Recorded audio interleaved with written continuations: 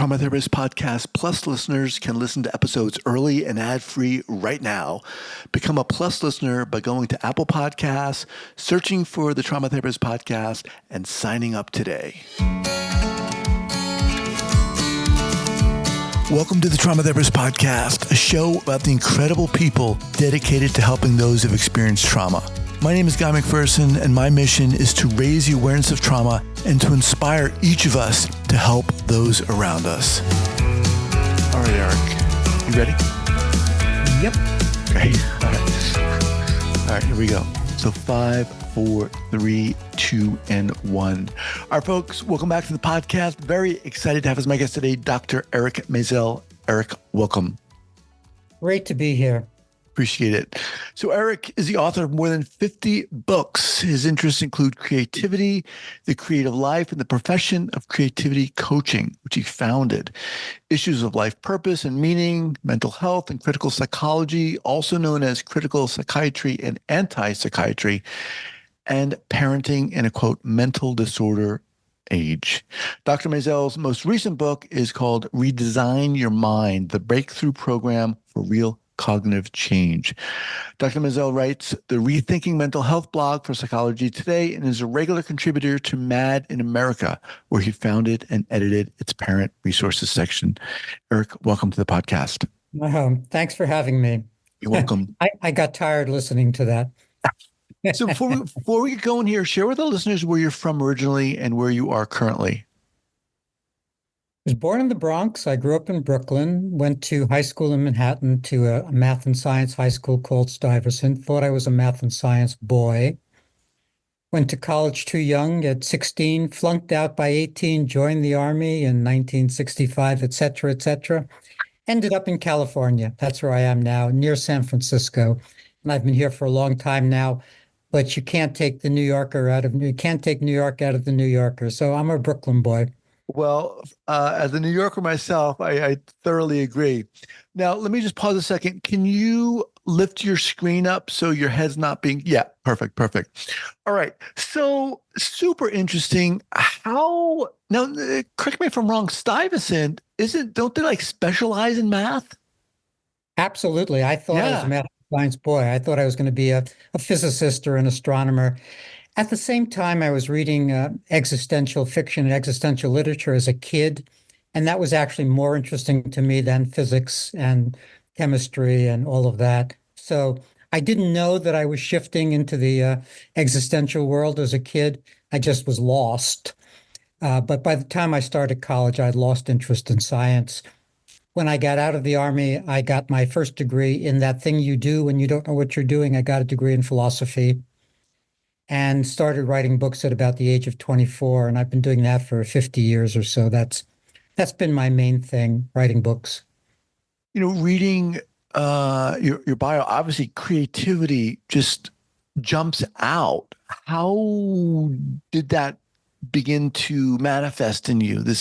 Yeah, when I started training, well, of course, I was being a creative person in my 20s. I had a ghostwriting career, was writing fiction. But at some point, we had young kids. I wasn't making enough money. It didn't seem honorable to keep writing. So I retooled and became a California licensed therapist. And as a therapist, I began to notice that artists weren't a particularly served population. I was just curious about who was working with artists, and I wasn't really finding anybody who was. So I decided to work with artists primarily, almost immediately as a therapist, actually with artist couples, which is about as hard a bit of work as you can do, having two artists in the room together. But it was quite rewarding, except I stopped believing in the pseudo-medical model of therapy. So I had to make a shift to what I first called creativity consulting and then creativity coaching. And that's what I've been doing for the last many, many years, 35 years, working as a creativity coach with creative performing artists. This is really resonating with me because I started out as a musician. I went to what was Philadelphia College of Art at the time for a year, dropped out, played more music, and have been creative all my life. And kind of did the opposite to I kind of moved out of that and I've been struggling. Yep. And part of me wants to say help, but Yeah, let's what, do a coaching session. Absolutely. oh my God, Let's get the band together. it's been so, Mhm. it's, let me rephrase my question here. What do you find? So you hear what I just said, and I'm sure a Yeah. lot of people come to you and what are you finding? What are you hearing from people who are struggling in this way? Lots of different things. One is getting the work done. That's one of the primary problems that creative folks come in to me to chat about, that they're not getting their writing done or their rehearsing done or this or that. So it's just getting the work done is probably the number one issue. Making money from it, the career issues, there's so much competition and so much difficulty there. The special sadness, I don't want to use the depression word, but the special sadness, the existential despair that comes with our life, wondering if what we're doing really matters, having meaning leak out of the enterprise, wondering if the world needs another song or another photograph or another poem. We kind of understand why the world needs bread or medicine, but another poem, does it really need it? So there's that existential questions about mattering. Special anxiety issues. Most creative folks don't understand the extent to which they've been silenced by anxiety, just tendrils of anxiety. I don't mean big panic attack stuff, but just the anxiety that comes with, for instance, choosing. The creative process is one choice after another. Put the red here, put the blue there. One choice after another, and choosing provokes anxiety. So creative folks don't quite realize that they need special anxiety management skills in order to persist in their life. So those are some of the sorts of things that folks come to me with. There are all kinds of other issues, choosing among loves, showing up each day, dealing in relationship ways with the person who's maybe is making the money in the household and not feeling like a parasite or not feeling like you're not contributing to the household income. A zillion issues that, are all nameable. It's not really mysterious. They just Hmm. need to be teased apart, and together they make the creative life. Well, let's, excuse me, if we could, um, can you give us kind of a case? How do you deal with this? Someone walks in, maybe you have someone in mind right now.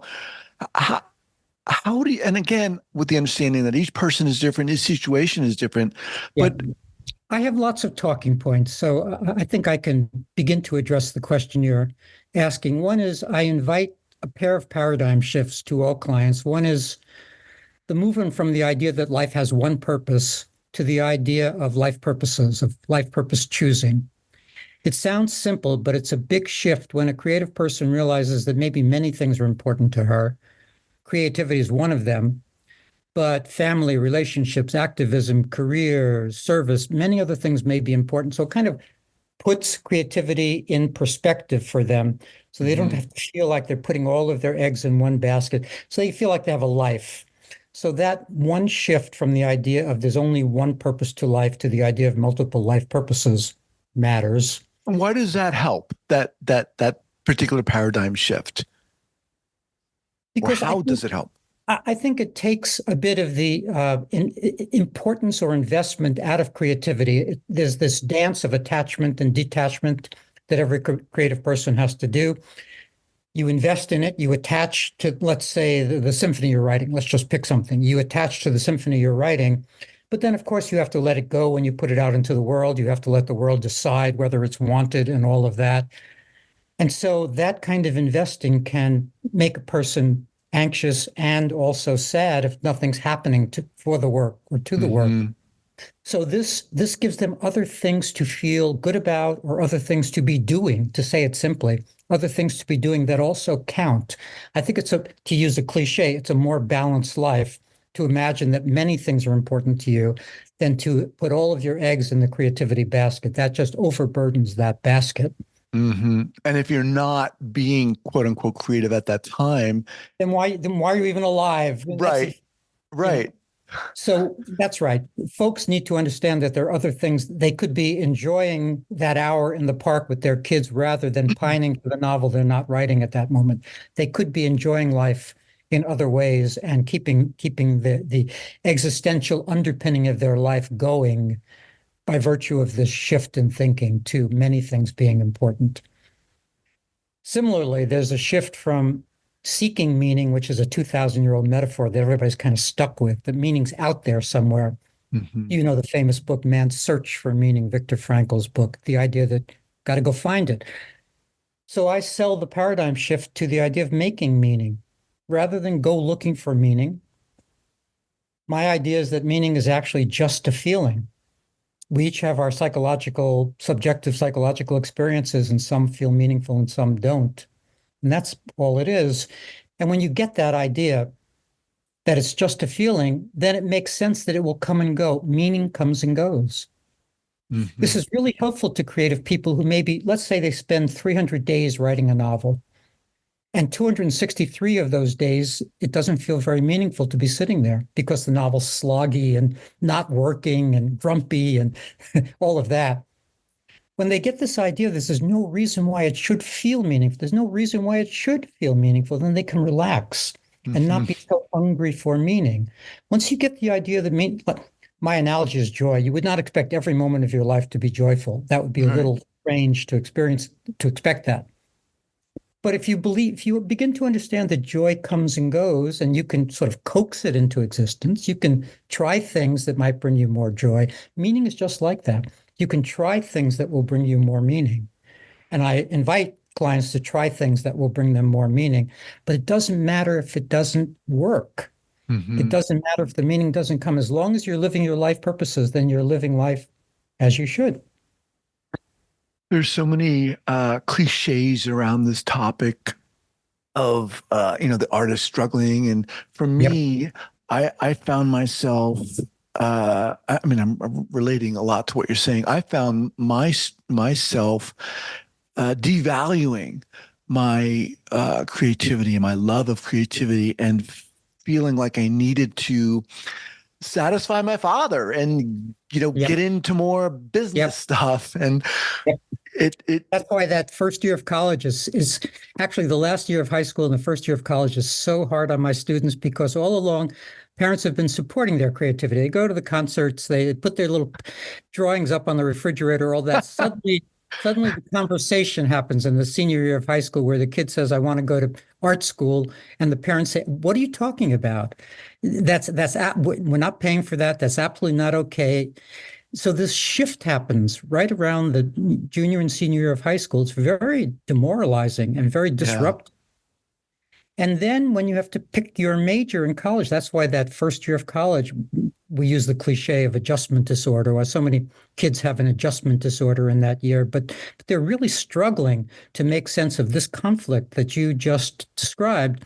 Some go for the art direction and have fights with their family and all of that. Others please their parents and take up accounting or maybe take up graphic art rather than fine art to make this sort of compromise somewhere 46% in the middle of it all somehow. But this is what goes on. And that's why college is so hard. It may be easier at MIT for a math student, but they know they're doing math. But Mhm. for a humanities student, for an art student, I think college is really very hard because they're struggling with this precise conflict of do I get to manifest my creativity or should I do something sensible? And it truly is, and can become for a lot of us from an existential crisis, because you feel like you're not being who you are, right? I mean, Absolutely. you feel like you're not valuing who you are. There's a constant questioning about your worth, and the insidiousness can be so subconscious and demoralizing. Right. Um, how did you get to a point where you felt you could address this and work with people in this context? Well, of course, I had the lived experience of many, many years of living a creative life. I also loved reading interview books with artists. Well, there are all kinds of interesting interview books out there. I found them better than sort of theoretical books about creativity. I don't find theoretical books about creativity that rich. but interviews with actual working artists about what there's an interesting book called Musings from Chaos and Ash, very strange title, but it's interviews with visual artists who recently have received an HIV Mm. positive diagnosis Oh, and wow. how that changes their lives, how that changes the subject matter of their paintings even, etc. So this is what informed me is really being interested in the real lives of artists. And so doing it now for 30 or 40 years, kind of seen everything in that world. What do you say to people who just are struggling with uh, not feeling as though their creativity matters? I mean, it feels like such an existential question to me. And then let's segue to get into your course. Sure. I have lots of different sorts of things to say. One is I invite them to remember what it felt like at the age of 5 or 6 or 7 to sit in the corner of a room reading a book, and just that the way they were in love with that experience. Nobody had to tell them to love that book or love that song or love that movie. So I'm trying to reconnect them to love and all the synonyms of love: curiosity, enthusiasm, passion, all of those words, trying to reconnect them to that. Then I share with them the idea of what the avant-garde artists of the turn of the 20th century would say, namely that they were looking for an audience of one, that if they could move one other person, that was valuable to them. Now, of course, they really wanted an audience of billions. They were narcissists like we know they were, but still they used that phrase to communicate to themselves, to keep themselves, keep their own passion afloat for their work while they were doing cubism and what have you. So that resonates for my clients, the idea that they don't have to worry about doing this thing which feels so hard, getting a huge audience. Maybe if they just move one other person, that would be sufficient. So there are so many different kinds of talking points, but Mm-hmm. they swirl around existential support, them reminding themselves, or maybe saying for the first time, that they and their efforts really matter. They have to decide to don that mantle of feeling like their efforts matter and finding that place of love again. And then tactics, the main tactic being to be with the work every single day. What I say to them, and they realize this is true, they know that if they miss 3 or 4 days of practicing or writing or painting, months go by. They Yeah. just vanish because as soon as we're out of touch with that work, the rest of life just infiltrates that time. And so that's not a good thing to lose months and years. So on the tactical level, we talk about daily practice. I talk about the idea of morning practice so that you can receive the benefits of sleep thinking, which is a particular idea, the way we think while we sleep and how that can increase our creativity by making use of that. So there's the existential stuff, but then there's just the tactical stuff of Mm-hmm. when to create, how often to create, what kind of commitment you want to make with me, the coach. Do you want to check in with me every day? I'm happy to do that. I don't mind check-ins. What's the amount of time you want to try for? Most new clients will say, I want to spend 20 minutes on X on my novel. So they don't want to disappoint themselves again by making too big a promise. So the promise has to be calibrated. So Mm-hmm. these are all the sort of the tactics and techniques one learns over time in working with creative and performing artists. So let's talk about your course, your workshop. Lay it out for us. What's it called, first off? Yeah, there's a big new thing coming that I'm running called an Existential Wellness Coach Certificate Program, which is a mouthful. Happens in the spring of this year, and it's a program that I'm running in conjunction with an organization called Noble Manhattan Coaching out of the UK. Oh, And it trains you to become an existential wellness coach, which is a new creature under the sun. There are existential coaches already, and there are wellness coaches already. I'm trying to marry those two ideas. It's not an existential coach typically talks about certain kinds of ideas like we've been talking about life purpose and meaning and those sorts of things. And a wellness coach typically talks about what wellness looks like to that coach, whether it's focusing on health or some other aspect of wellness, emotional wellness. I'm trying to combine those two ideas and produce a new helper who can find the different pillars of wellness in a person's life, the existential pillars, the psychological pillars, the physical pillars, all of that, and support a person in every aspect of their life. So I think it's an interesting program. I'm running a dozen free existential wellness coach webinars during the spring. So if folks are interested in that, they can just visit my website, ericmaisel.com, and learn about that. There are a lot of free offerings, so that's a good way to be introduced to this idea. Okay. And who is this workshop course for? It's for general coaches who have a general practice, general life coaches who want this niche or this Hmm. extra understanding. And it's also for folks, it can be for therapists, existential therapists, or just any therapist who's interested in either adding coaching to their life or moving from the medical model of therapy to the helping model of coaching, or someone who's in the arts or someplace where they need an extra revenue stream. You know the creative performing artists have to cobble an income together from various sources. Typically, their art is not making them enough money. So this can be the sort of thing that an artist might do as an addition to their artwork, is to become this kind of coach and help people with their existential issues. The topic of social media, I think, is a big one. I think it can obviously be beneficial and help to highlight people's art, but I feel it also can be a hindrance for a lot of us. What are your thoughts on this? Exactly what you just said, that both are true. The way I frame it to creative and performing artist clients is the following way. The rule is that artists won't make it. That's the rule. That's just the fact of the matter. That's the fact of the matter. So that means you, my client, you're going to have to prove the exception. This is my language. You're going to have to prove the exception. You don't want to be the rule here, someone who doesn't make it. You're going to have to prove the exception if you intend to make it. And that means you have to do some exceptional things. And what does that mean to you? For one person, that might mean I'm really going to pour myself into Instagram more than the next person and get 3 million followers and what have you. For another person, it may be completely staying away from social media and doing something else. So I invite clients to think for themselves what this phrase, proving the exception, is going to mean to them. And I keep subtly hammering this idea across that they can't just do what other artists are doing because other artists are not making it.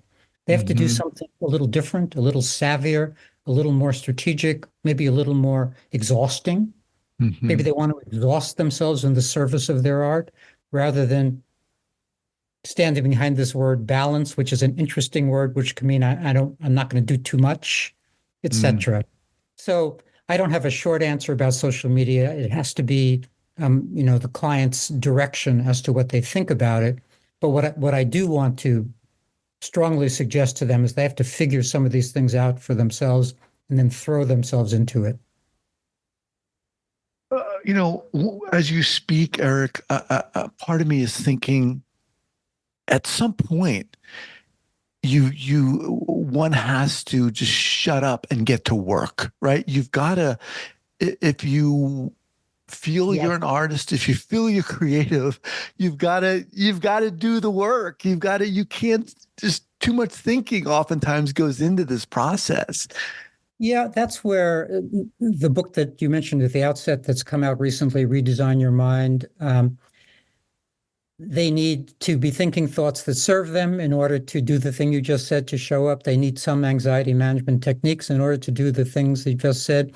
They need often a better understanding of how addiction works in the creative personality and why they have to be watchful for their risk factors and their triggers and what have you. There are many things to think about, but what you said is the truth. The bottom line is that all of that notwithstanding, they have to show up in a daily way. And I really mean a daily way, because as I said to you a moment ago, it can't be every fourth day or every seventh day. It doesn't work. Tchaikovsky has a quote I like, which is, I'm inspired every fifth day, but I only get that fifth day if I show up the other four. Mm. And so I believe in inspiration, but I don't believe you can wait on it. We do have to show up to the work, and then we get the fruits of that showing up in the form of inspiration. Well, you seem to be someone who's really garnered and taken from a lot of what you teach. I mean, you're creative, you've written crazy amount of books, and you're also out there helping other people. Yeah. Was this a challenge for you to create a business around this? How did you come Well, about it? the first challenge, this will sound funny perhaps, the first challenge was to care about other people at all. I think in my 20s, I was that typical cafe going, late night, arrogant, narcissistic, grandiose guy. I was that guy. Um, the first sort of introductory course, therapy course, the course you took before you actually started the program was a simple listening course, listening skills, like how to listen to another person or how to find the willingness to listen to another person. That was life-changing for me because I'm not sure I'd ever listen to anybody else except to, fight about some opinion or something or to argue. But to listen in the sense in which a therapist listens, that was new to me and that was life-changing. So that Hmm. was a big deal transformation. But I'd always wanted to help. I'd never thought that creativity for its own sake was what matters. I was born right after World War II, 1947. The idea of being a resistance fighter was in the air still, and something about that infiltrated my being, that I was going to resist and that I was going to be helpful in the same way that a resistance fighter is helpful to his society or his culture. And so I've had that thing going all of this time, this helping part, along with the creativity part. So that wasn't new to me. The new part was caring about other people. That was new to me. Probably having children had something to do with that too, where you have objects of affection, kids to love.